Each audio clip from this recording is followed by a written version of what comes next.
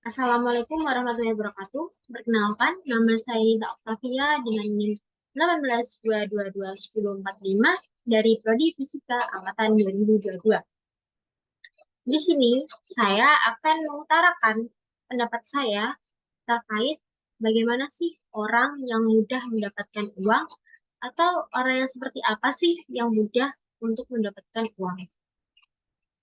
Di sini saya sudah mencari beberapa sumber yang insya Allah terpercaya, salah satunya dari Tom McEvil, founder Top Coach Indonesia. Jadi di sini beliau membahas tentang 10 hal yang merupakan sifat uang yang bisa membuat kita dikejar-kejar oleh uang. Jadi intinya dari dikejar-kejar oleh uang berarti kan kita adalah orang yang mudah mendapatkan uang karena uang sudah mengejar kita. Jadi uang datang dengan sendirinya. Untuk awalan, beliau berkata, kalau kita tahu banyak di luar sana orang yang menjadikan uang sebagai goal atau tujuan. Padahal uang itu tidak boleh dijadikan sebagai goal atau sebagai tujuan. Ada banyak orang bilang, wah saya ingin punya banyak uang, saya ingin jadi miliarder, saya pengen menjadi orang yang punya banyak duit, triliunan. Ya, tapi uang itu nggak boleh dijadikan sebagai goal. Semakin kita mengejar uang, maka kita semakin miskin. Uang harus dijadikan sebagai jembatan, bukan sebagai tujuan. Ada banyak drama tentang uang. Biasanya terjadi ketika kita merasa kekurangan uang, atau ketika kita punya gaji yang tinggi, tapi hutang kita juga tinggi. Dan misalnya kita punya banyak uang, kita juga punya masalah yang banyak. Di posisi yang seperti itu, bisa jadi kita sedang ada atau sedang sulit mengatur uang. Dan hal itu apabila terjadi berarti kita punya problem atau masalah dengan uang. Di sini beliau mengingatkan bahwa orang bijak pernah mengatakan uang adalah tuan yang buruk tapi menjadi budak yang baik. Kalau kita menjadikan uang sebagai tuan, berarti kita mengejar uang. Kita diperbudak oleh uang dan kita dikuasai oleh uang. Dan akhirnya membuat kita menjadi orang yang egois, temperamental karena di pikiran kita cuma uang, uang, uang, uang, uang gitu. Tujuan utama kita, fokus utama kita ya hanya uang, tanpa kita memperdulikan sekitar.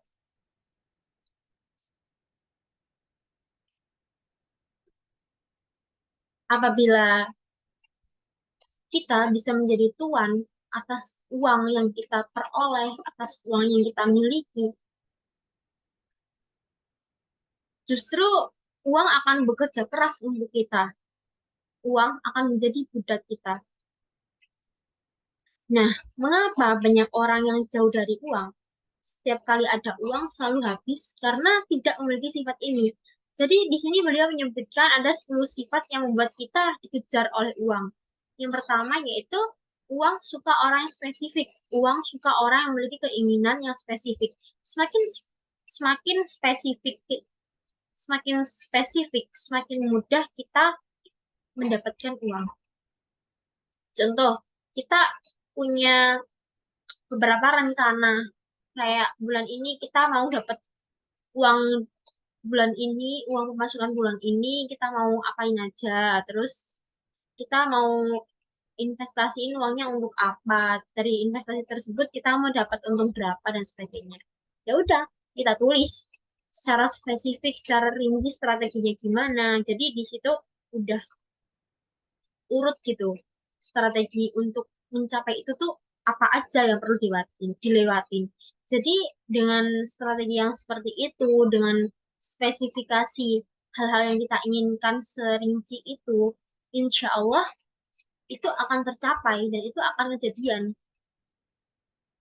Intinya kita harus punya apa hal yang kita inginin itu dengan sesuatu yang spesifik, bukan sesuatu yang ambang-ambang atau sekedar awang-awang dan haluan semata, tapi yang benar-benar ingin kita capai gitu.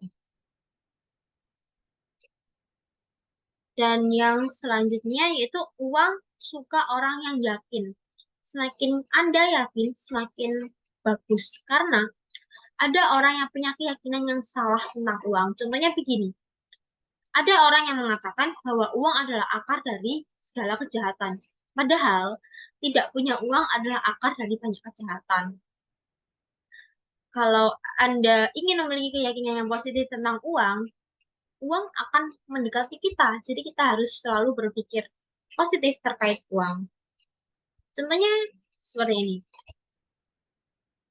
Kita suka sama lawan jenis. Di situ kita melihat kekurangan.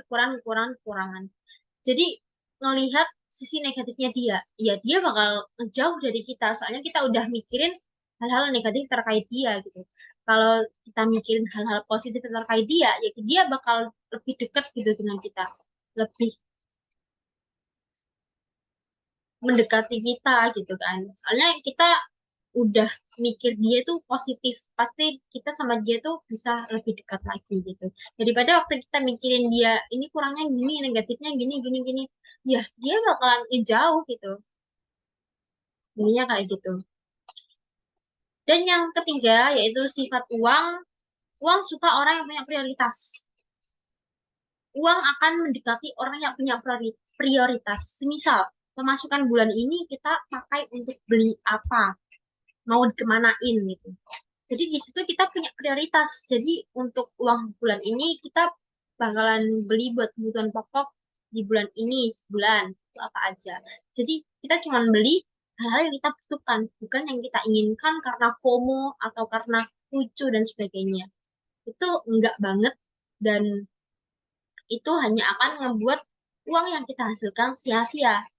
Karena hal-hal urgensi lainnya tuh masih banyak. Jadi kita masih butuh uang simpanan untuk kejadian-kejadian yang urgensi, peristiwa-peristiwa urgent gitu.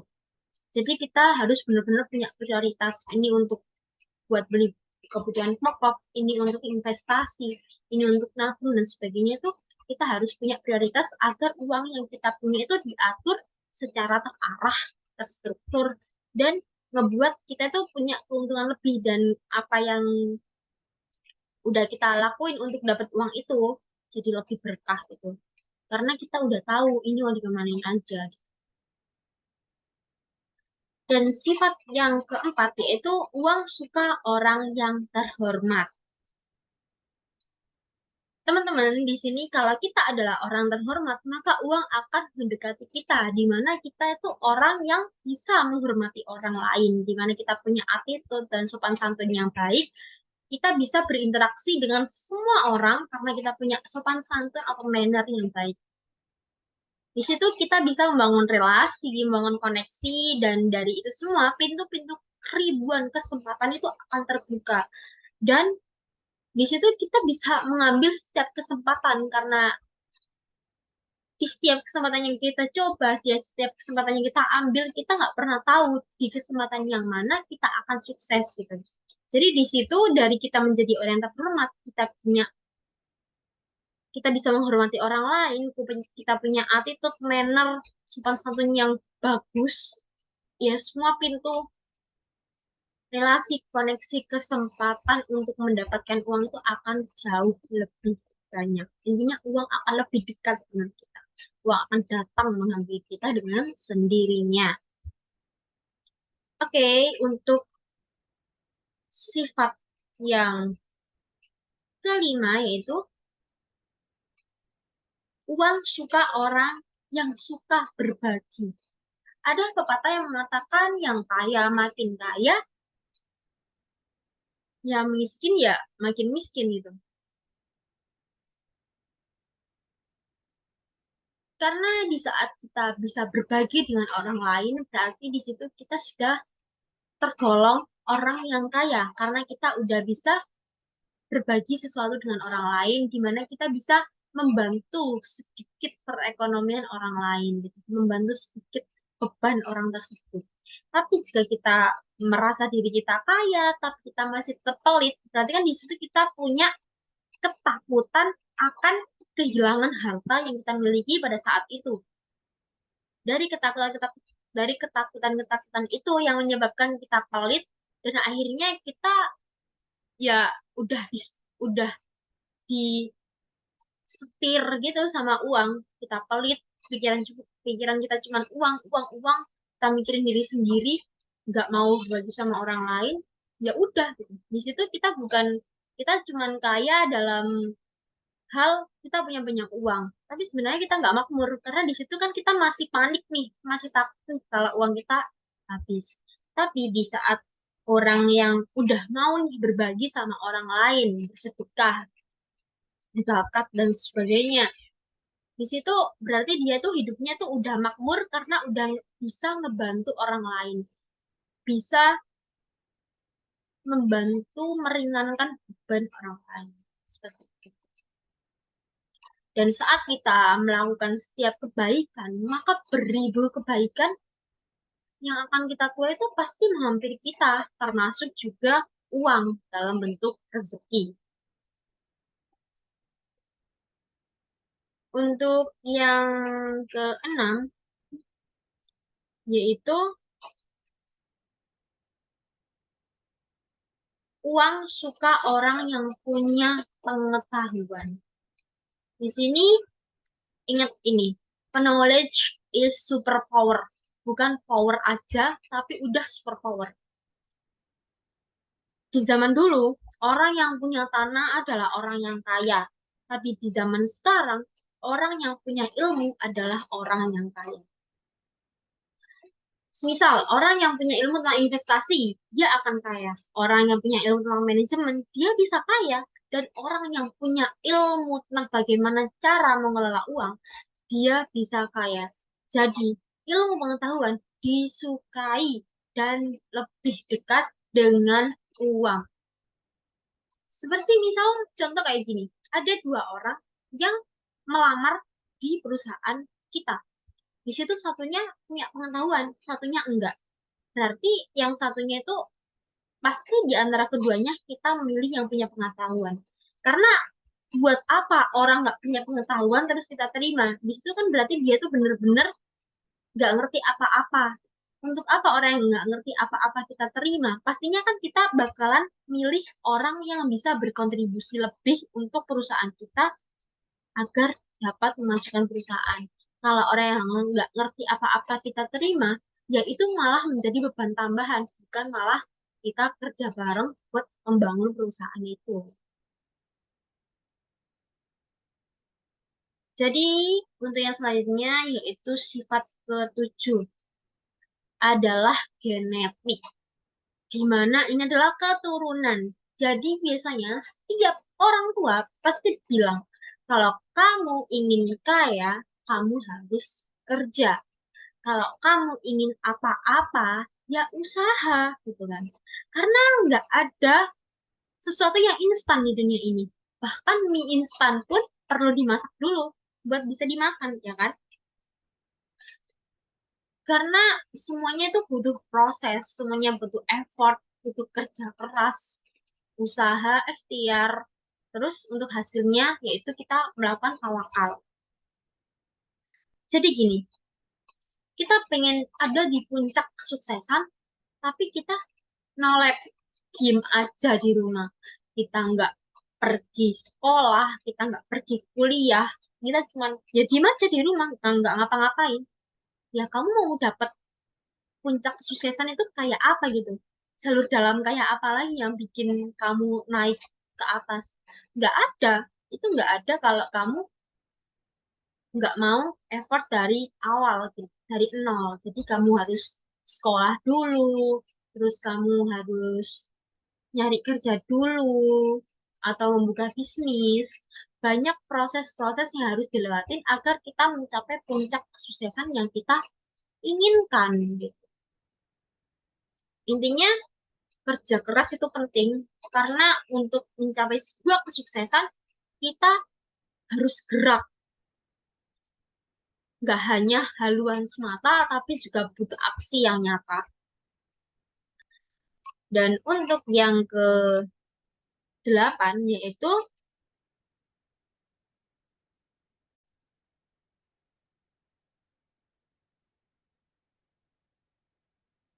dan untuk yang ke-8 yaitu Uang suka orang yang memiliki sifat nggak pelit, nggak takut. Artinya nggak takut kehabisan uang gitu. Karena uang adalah sumber daya yang tidak terbatas. Dan kita bisa dapat uang yang tidak terbatas, tapi kita juga harus punya perasaan yang nggak terbatas. Kita harus punya hati yang luas, kita harus punya hati yang terbuka. Kita harus punya kemauan untuk memaafkan orang, begitu. Intinya, di saat kita punya ketakutan dan membatasi diri, ya udah, kita nggak bakal bisa maju gitu. Misal, ada restoran yang dia tuh rame banget, tapi si pemiliknya itu nggak mau ngebuka cabang karena dia takut omsetnya bakalan turun. Jadi kan di situ dia udah ngebatas sendiri nih buat ngembangin usahanya. Jadi ya udah segitu-gitu aja yang dia dapatkan. Soalnya dia udah takut duluan di awal. Dan yang selanjutnya ada contoh lain. Ini pemilik sebuah kafe. Karena di tempat dia tinggal tuh kafenya laris, jadi dia berpikir buat membuka beberapa cabang dengan keberanian, dengan keyakinan, dan juga dengan pikiran yang positif. Kalau semuanya kita niatkan dengan baik, kita punya keyakinan, kita usaha, ya insya Allah itu akan berjalan dengan lancar. Dan dia udah punya keberanian buat ambil keputusan, buat ngebuka cabang-cabang kafe itu, berarti dia udah nggak ngebatasin dirinya lagi. Intinya dia udah berani buat keluar dari zona nyamannya. Dia udah berani mengambil konsekuensi. Jadi di situ ya udah, dia yakin, dia usaha, dia berdoa, apapun hasilnya nanti, ya kita serahkan sama Allah dengan cara tawakal. Dan di situ insya Allah kita bakalan dapat apa yang kita inginkan. Untuk yang kesembilan, uang suka ke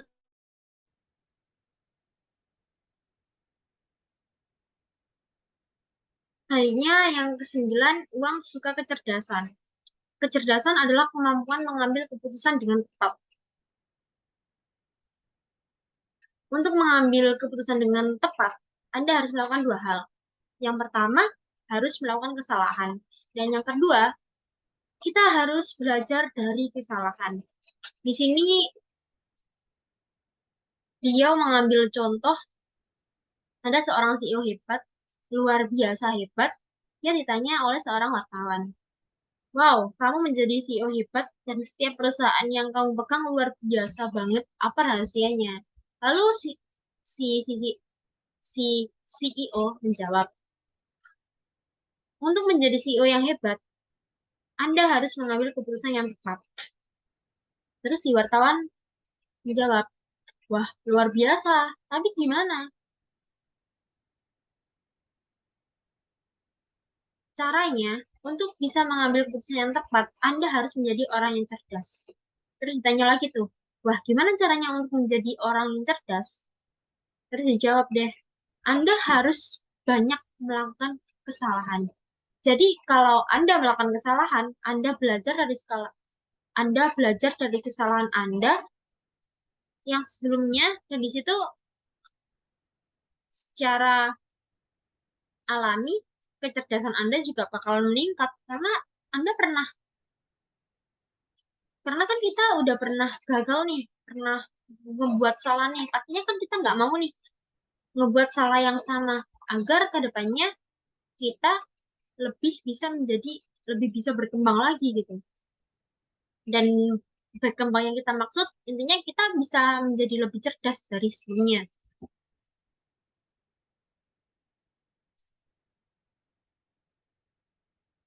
Dan karena kita udah cerdas, kita bisa mengambil keputusan yang tepat. karena dan uang suka keputusan yang tepat. Intinya langsung tepat sasaran gitu. Dan yang terakhir yaitu uang suka keputusan yang cepat, cepat dan tepat. Setiap ada kesempatan kita ambil.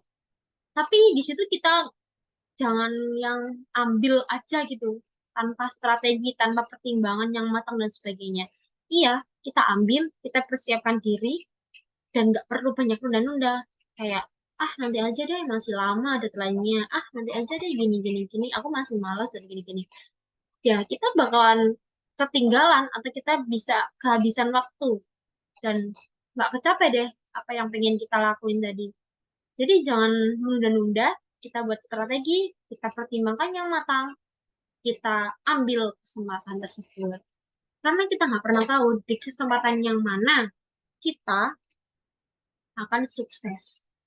Jadi ya udah, ambil aja setiap kesempatan, gagal coba lagi, gagal coba lagi, coba coba coba coba, bangkit bangkit bangkit bangkit sampai kuota gagal kita tuh habis, dan akhirnya kita bisa sukses, kita bisa menuju puncak kesuksesan. Dan dari ke-10 sifat yang telah disampaikan oleh beliau ini, aku bisa nyimpulin kalau orang yang dekat dengan uang, orang yang dikejar-kejar uang, orang yang mudah mendapatkan uang, yang pertama itu harus orang yang bermanfaat bagi sesamanya. Kita tuh harus saling menghormati, saling membantu, saling tolong menolong, bisa memaafkan kesalahan orang lain. Karena yang salah kan perilakunya, bukan orangnya. Sifatnya, sikapnya yang salah, tapi bukan orangnya. Bahkan orang seperti karena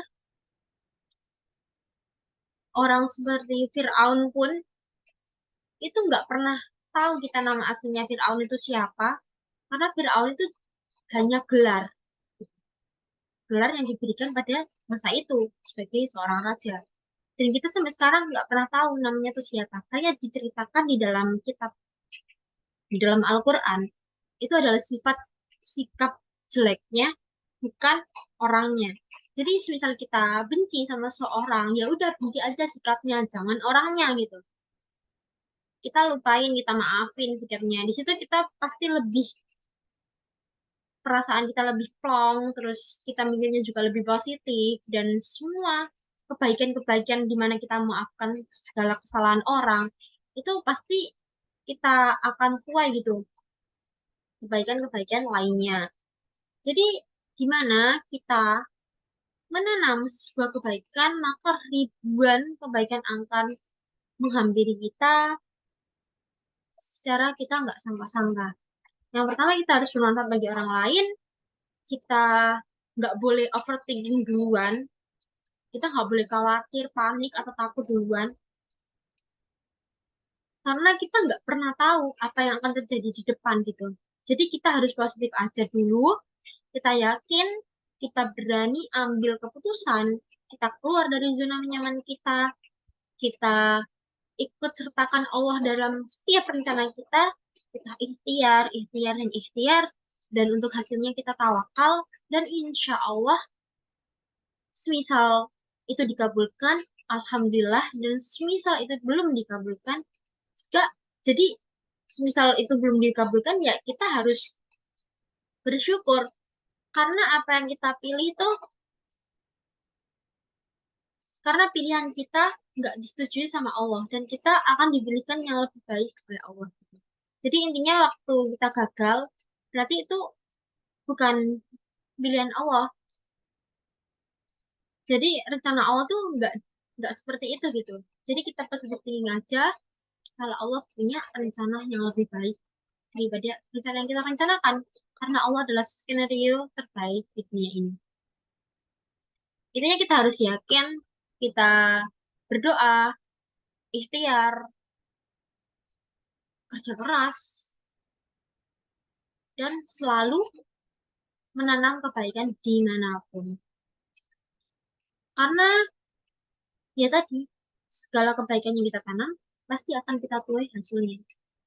Jika kita menanam kebaikan, beribu-ribu kebaikan, pasti akan datang menghampiri kita.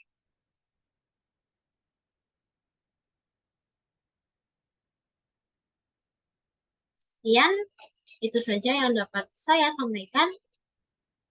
Mohon maaf bila ada salah kata atau kekurangan lainnya. Assalamualaikum warahmatullahi wabarakatuh.